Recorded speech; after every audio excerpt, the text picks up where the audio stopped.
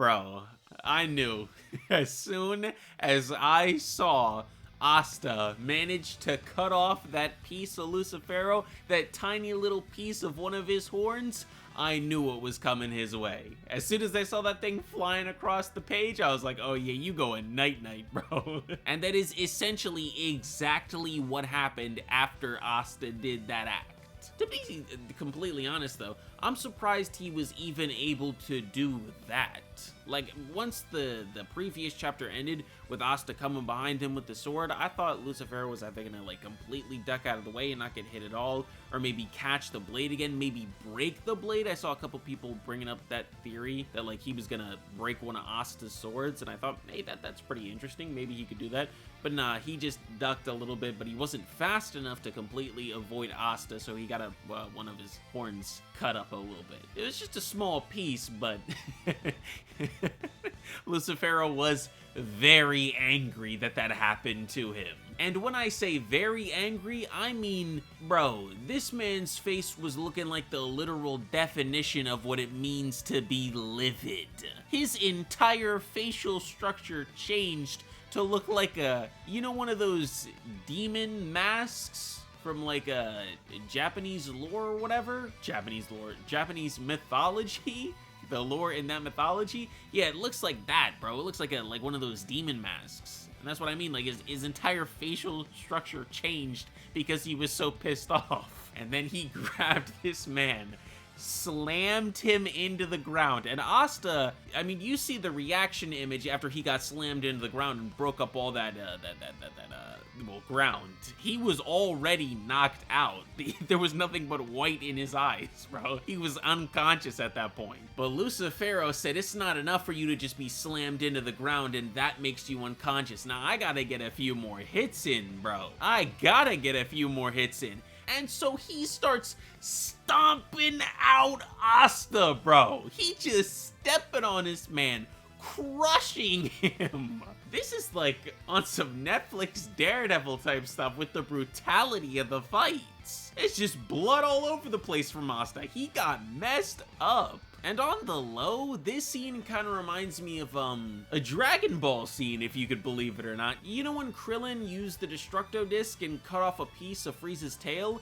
And then he impaled Krillin and gutted him? Yeah, that's what this scene is kind of reminding me of. That and the Daredevil stuff, because I was watching a couple of Daredevil scenes here and there because I just love that show, but I haven't actually gotten around to rewatching it yet. But I was watching a few scenes here and there, and just like, the way that Kingpin was beating up on Daredevil, and the way that Punisher was beating up on Daredevil, and the way that basically all the antagonists in the show were beating up on Daredevil, it was always brutal. And Daredevil would dish his fair share too, but I'm just saying, the brutality is the key part here. The trash talk is also just, that's another factor entirely, but it's almost just as important as the brutality. Because this dude, Lucifero, is spouting off all kinds of trash talk. He's like, you're a piece of trash. How dare you do this to my body, you magicless, disgusting runt.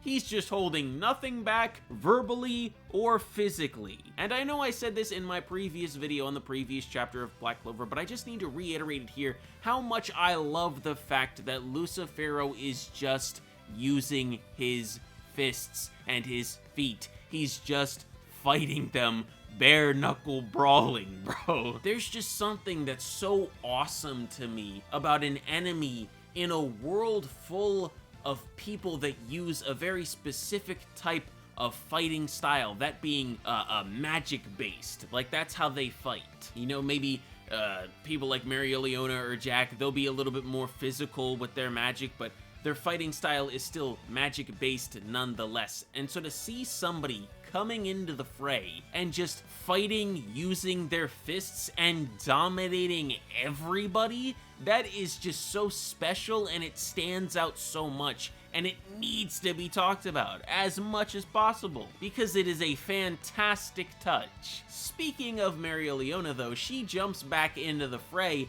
and tries to stop Lucifero from keeping up his assault on Asta's person.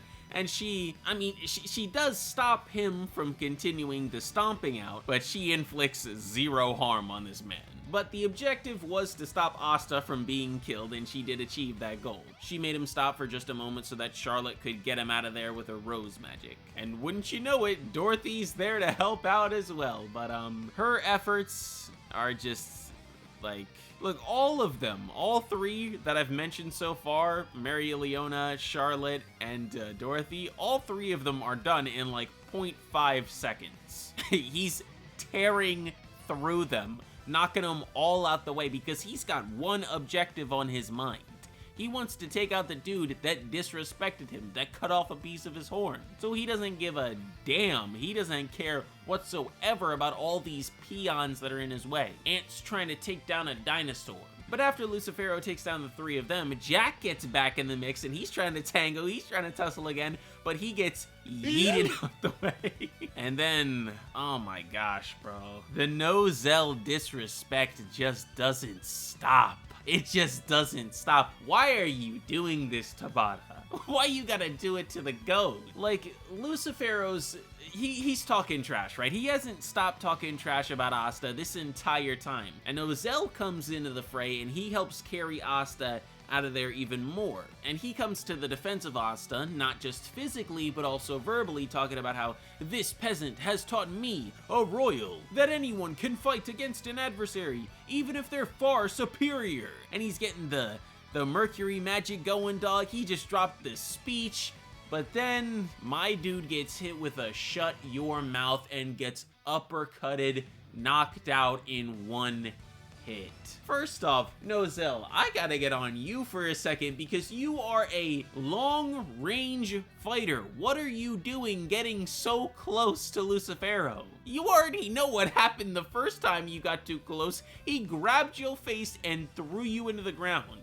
And now you decided, hey, you know, that attempt, it didn't go well the first time, but let me try it again, see if I get any different results. Well, I hope you're happy with your decision, because there was a different result this time. You got knocked the out.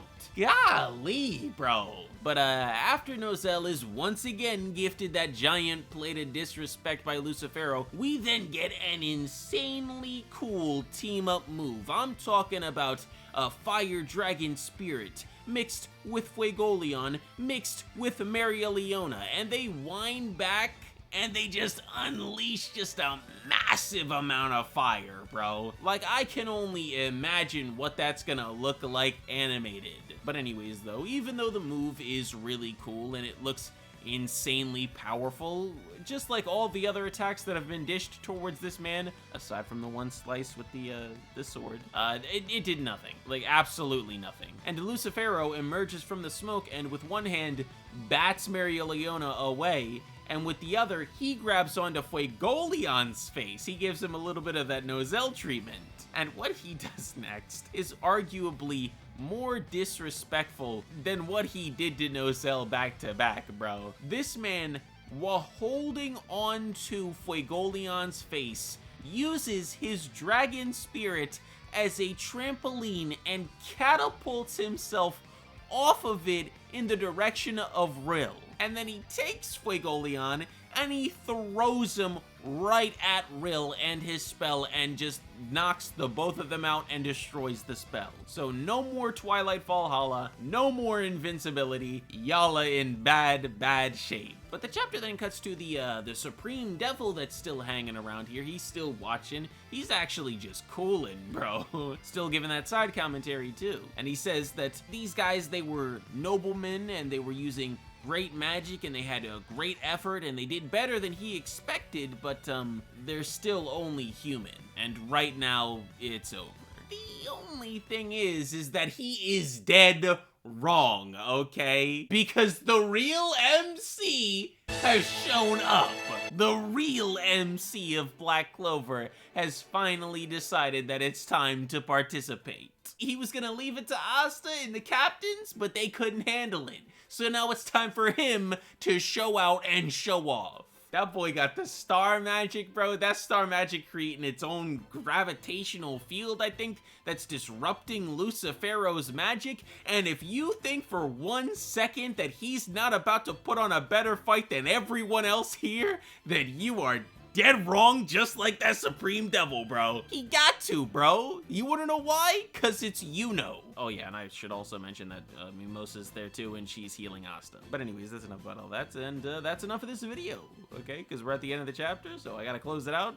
Those were my closing thoughts, so thank you all very much for watching. I hope that you all enjoyed. If you did, make sure to like, comment, and subscribe, and I will see you all in the next one. Peace out, everybody. Yeah.